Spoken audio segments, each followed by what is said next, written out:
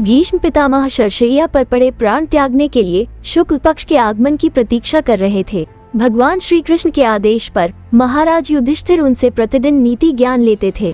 द्रौपदी जी कभी नहीं जाती थी। इससे भीष्म पितामह के मन में पीड़ा थी। श्री कृष्ण ने भाप लिया था। उन्होंने युधिष्ठिर से कहा, अंतकाल की प्रतीक्षा में पूर्वज से सपरिवार मिलना चाहिए और परिवार पत्नी के बिना पूर्ण नहीं है। इशारा समझकर महाराज युधिष्ठिर जिद करके द्रौपदी को भी साथ ले गए। पितामह उन्हें नीति ज्ञान देने लगे। द्रौपदी कुंठित होकर चुपचाप सुन रही थी। अचानक द्रौपदी को हंसी आ गई। भीष्म पितामह ने कहा, पुत्री तुम्हारे हंसने का कारण मैं जानता हूँ। द्रौपदी सकुचाई तो भीष्म पितामह ने कहा, पुत्री तुम अपने मन की दुविधा पूछ ही लो, मुझे शांति मिलेगी। द्रौपदी ने कहा, स्वयं भगवान श्री कृष्ण कहते हैं कि भीष्म के समान नीति का ज्ञाता दूसरा कोई नहीं, किंतु आपका ज्ञान कहाँ लुप्त हो गया था जब पुत्रवधू आपके सामने निर्वस्त्र की जा रही थी।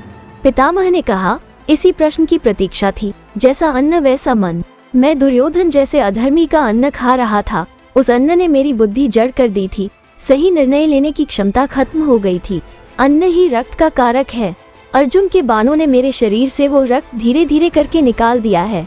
अब इस शरीर में सिर्फ गंगा पुत्र भीष्म शेष है, सिर्फ माता का अंश है जो सबको निर्मल करती है। इसलिए मैं नीति की बातें कर पा रहा हूँ। भीष्म पितामह की बात को अटल सत्य समझिए। दुराचार से या किसी को सताकर कमाए गए धन से बुद्धि भ्रष्ट होती है। उससे जो सुख है वो क्षणिक है, किंतु लंबे समय में वो दुख का कारण बनता है। यदि आपके सामने गलत तरीके से पैसा कमाकर भी कोई फल फूल रहा है तो ये समझिए कि जब उसके वे पुण्य कर्म समाप्त होंगे तो उसके दुर्दिन आरंभ हो जाएंगे।